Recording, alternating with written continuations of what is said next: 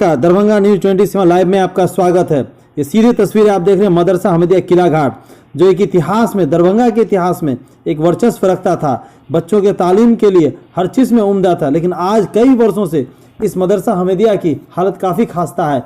यहाँ बच्चे गिने चुने हैं, यहाँ पे खाने की व्यवस्था ठीक से, जो किचन वहाँ खाना नहीं बन पा रहा है ठीक से। यहाँ पे पढ़ाई के लिए जो बिजली होनी चाहिए उसकी व्यवस्था नहीं, रूमों की हालत ख़राब है, बाथरूम की व्यवस्था ख़राब, बच्चों के खेलने के लिए जो इतना बड़ा ग्राउंड है उसकी सही व्यवस्था नहीं है। इन्हीं सब हालातों को लेकर के आज वार्ड 24 के वार्ड पार्षद मोहम्मद सिबकतुल्ला उर्फ डब्बू खान के आह्वान पर किला घाट और आसपास के मोहल्ले के तमाम लोगों ने मिलकर एक बैठक की।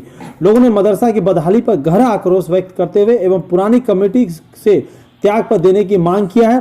24 घंटे के अंदर अगर त्याग पत्र नहीं देते हैं तो आने वाले रविवार को पूरे जो वार्ड पार्षद के नेतृत्व में आसपास के मोहल्ले के लोग मदरसा हमीदिया के गेट पर जाके धरना प्रदर्शन करेंगे। अत्यंत चिंताजनक है, जिसको देखते हुए मदरसा के आसपास के मोहल्ले के लोग काफ़ी आहत है।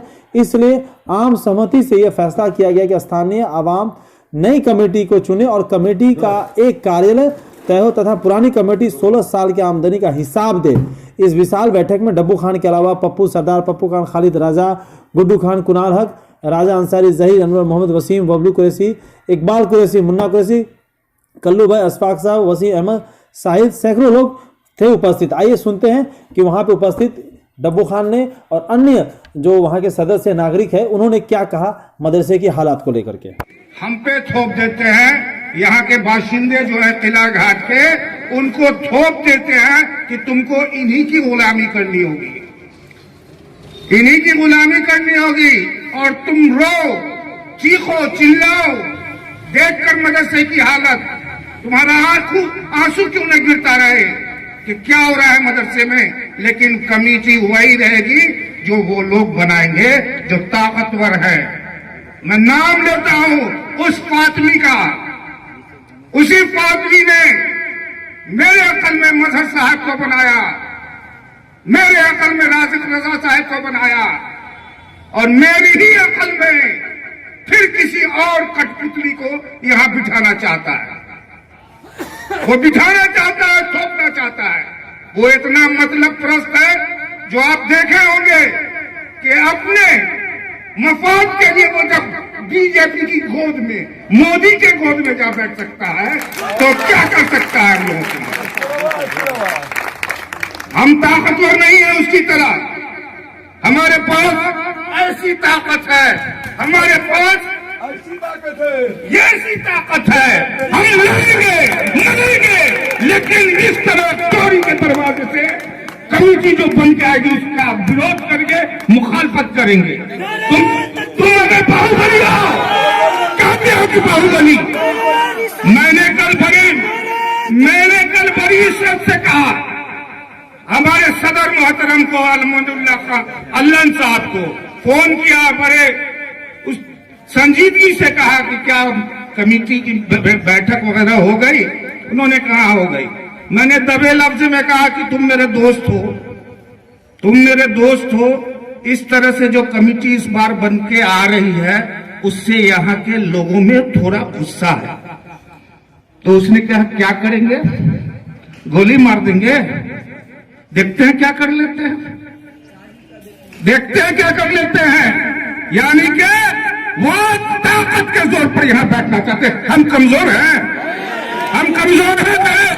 मेरे गर्मी नहीं है, अरे तुम मेरे मारोगे तो हम 10 मारेंगे, ऐसा हौसला है हमारे अंदर। और तुम्हारी थोपी हुई कमेटी को हम बिल्कुल बर्दाश्त नहीं करेंगे। यहाँ की आवाम, यहाँ की जो कौम की आवाम जो है, यहाँ की आवाम जो है वो चुनेगी इस कमेटी को। तुम कोई हक नहीं रखते हो कि तुम कमेटी चुनो, यहाँ की आवाम चुनेगी। यहाँ के जो शाइस्ता लोग हैं वो कमेटी को चुनेंगे। तुम अपने टेबल पर जब तक बनाए थे, बना चुके, अब बनाने की जरूरत नहीं है। शुक्रिया। मैं अपनी एक राय रखना चाह रहा हूं आप लोगों के बीच में कि मदरसा जो है वो हमारी कौम का एक इदारा है जो कि हम और आपके दिए हुए चंदे के पैसे से या फिर वक्फ की हुई जमीन के किराए से चलता है, ना कि किसी सरकारी मुआवजे से चलता है।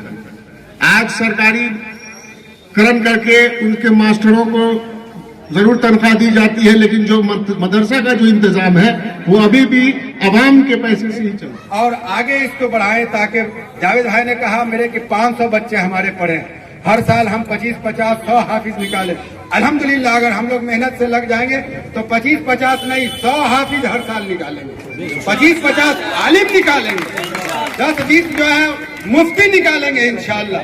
वो मकाम हम लोग अता करेंगे इस मदरसे को जो मकाम पहले इन्होंने हासिल किया। की जाती है, अगर वो उस जिम्मेदारी में कामयाब नहीं रहता है तो उसको बदल देना चाहिए या खुद ब खुद हट जाना चाहिए। इतने जमाने से जिन लोगों के ऊपर ये जिम्मेदारी थी उन लोगों ने अपने काम को बखूबी नहीं निभाया है, इसलिए उनको उस कमेटी में रहने का कोई हक नहीं है। आवाम पूरे हालात देख रही है मदरसे हमीदिया की, तो लिहाजा उस कमेटी को डिसॉल्व करके, चूंकि ये प्रोसीजर है कि आवाम चुनेगी, किसको भी चुनेगी, तो ये काम अभी का अभी कुछ लोगों के जिम्मे कर दिया जाए और वही लोग कमेटी को तश्कील दे। कमेटी कभी भी आवाम चुनती है, न कि कहीं रूम में बैठ करके चुना जाता है। और ये बात सालों से साबित हो चुका है कि पुराने कमेटी के जितने भी लोग हैं उन्होंने अपनी जिम्मेदारी बखूबी नहीं निभाया। चाहे इदारे की जमीन हो, चाहे मदरसे के बच्चों के तालीम का मामला हो, या बच्चों के खाने पीने के लिए मैं देखता हूं कई बार, मैं तो लिखता ही रहता हूं कि बच्चों को खाने के लिए बैठ के जमीन पे खिलाया जाता है, न दरी होता है, न चादर होता है, कुछ भी नहीं होता है। खाना बनाने का वहां पर सही से ढंग से वहां पर किचन भी नहीं है। जब मस्जिद में जाते हैं नमाज पढ़ने तो बच्चों को की भीड़ देखते हैं वजू करते हुए, तो मैं कहता भी हूं कि भाई मदरसे में तुमको जगह नहीं है क्या वजू करने के लिए? यानी वजू का वजू खाना भी मदरसे में नहीं है। यानी कि जो लोग पहले से थे वो नाअहल थे। तो मैं ज्यादा कहना नहीं चाहता हूं, यह है कि उस कमेटी को खत्म की जाए, और आवाम कर सकती है और कोई नहीं करेगा। फातमी साहब भी नहीं करेंगे, नीतीश कुमार भी नहीं करेगा। ये आवाम का हक है और आवाम इस जिम्मेदारी को निभाए और नई कमेटी को तश्कील देने का काम करे।